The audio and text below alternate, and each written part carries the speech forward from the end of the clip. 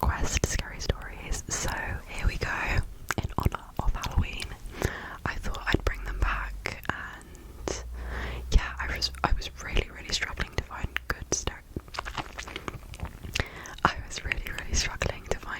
scary stories on Reddit for some reason. I used to be able to find them like that, literally like so quick. But I was literally looking for like, I want to say like 45 minutes for like good stories. These are good. I think, in my opinion, they're quite scary. Hopefully you guys think they're scary. If you don't like scary stuff, then maybe just click away. This video probably isn't for you. But yeah, hopefully you enjoy these stories. I will be crediting the person who has written them as well. So yeah, let's get started. As the title says, here's my account of a weird experience me and my 3 friends had while visiting this abandoned hospital that was sort of well known in my hometown when I was in high school. To give a clearer context, the abandoned hospital was in the middle of an even bigger abandoned site, which was the old military neighbourhood. The whole place was abandoned for a while, but basically all the location building, which were all identical, were all really well boarded up. However, the hospital itself was accessible through a few broken windows and such. We went there in the middle of the day. In summer broad daylight. It wasn't my first time there, and quite honestly, it was not scary at all. More like adventurous and really interesting to explore, take pictures, etc. I emphasize this aspect because after a few times there, I could tell you there was absolutely no sense of dread, creepiness at all. It was really a nice place to chill, which might have made us a little too comfortable, I guess. Anyways, we toured the hospital together, would split from time to time to explore some of the operation rooms and such, and we all regrouped in the centre reception area at one point to hang out.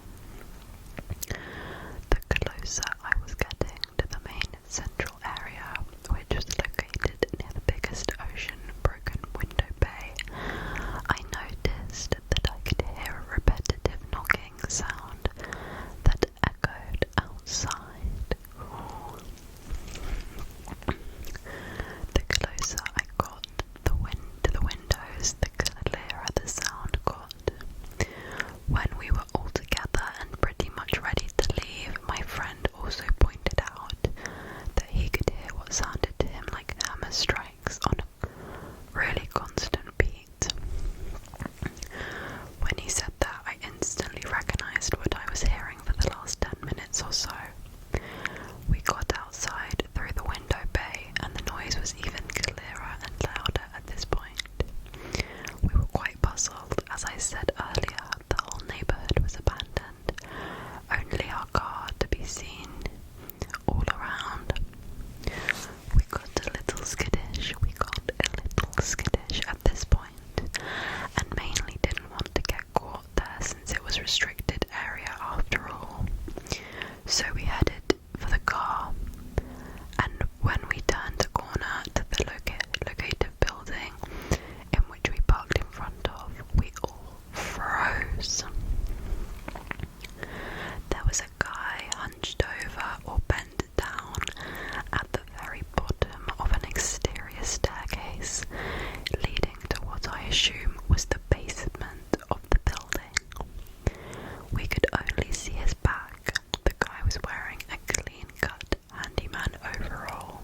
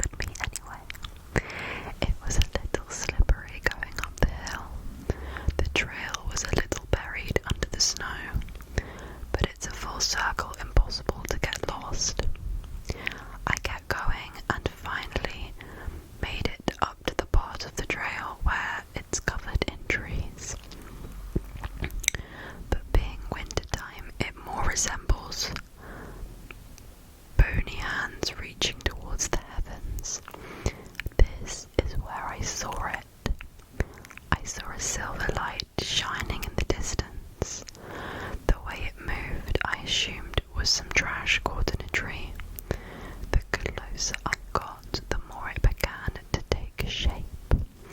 I got about 500 to 600 feet away when I saw it was a woman. She was in a silver dress, a real fancy looking one. It's definitely not something anyone would want to wear in this weather. As I got closer, I could see she looked like she was crying. I assume she was lost or in some pretty steep danger. I called out to her, but she paid me no attention. I began to walk closer to her as I did, she began to walk towards the lake. It's a pretty steep drop off to the lake from where she was. I began to run after her to see if I could help, but by the time I reached where she would have been, there was nothing or no one around. I looked all around and even climbed down to where she would have fallen, but nothing. Not even prints in the snow, except for mine. By the time it dawned on me, there was no trace of her even being there. I heard a scream like nothing I had ever heard before. I look up to see the woman just walking on the water. It may have snowed, but it definitely wasn't cold enough for the lake to freeze. I stood there frozen in fear as it dawned on me what I was seeing. She let out one more scream before sinking under the lake. I hightailed it back on the trail and back to my home in record time. I'm not even sure what I've just seen was real. I've never gone back at night hiking, and even now, I never go alone in the day. That's really good. The title of this next one is My Childhood House Was Haunted and the Ghost Physically Harmed Me. This happened around 9 or 10 years ago. I used to live in a somewhat old house. The house was built in a small neighborhood with other houses looking exactly the same with 2 floors. On the first floor of my house, there was a pizzeria, and on the second floor was where we used to live. This is important later in the story. There were a lot of weird and unusual things happening in my house that would make us believe it was haunted. For example, stuff would go missing and turn up hours or days later, somewhere that it should not have been. There were sounds of someone running in our attic. My dad would always go to check if there were rats or even cats up there, but nothing was ever up. Doors would close on their own and cold air would appear out of nowhere. I used to wake up with scratches on my wrists and legs in the same place every day. You could say I scratched myself whilst I was sleeping, but the funny thing is, as soon as I moved out of that house, I never woke up with scratches on my wrists or legs ever again. After we closed down the pizzeria, we stopped using it almost immediately, except for parties or after a few years just for storage. I and absolutely everyone else I knew was scared or uncomfortable being in that pizzeria. They would say it was too cold down there, too quiet, and some, including me, would say it felt like someone was watching you. I had 2 dogs and multiple cats. I swear every animal was absolutely scared to go down there. Upstairs, some of them would go, but not all. My eldest dog would stay in front of the entrance to the pizzeria and would growl and bark. My cats would just run as fast as possible past him. There are still new stories I am only learning about today from my family or even people who came to visit us. 2 stories that personally scared me a lot were on a day where I played hide and seek upstairs in the house with 2 of my friends, M and C. There were around 3 very good hiding places. 2 were in the living room, 1 between the couch and a small sofa chair, and the other behind a different sofa we had. The third one was in my parents' bedroom, under a table. It was time for my friend C to search for us, and so she did.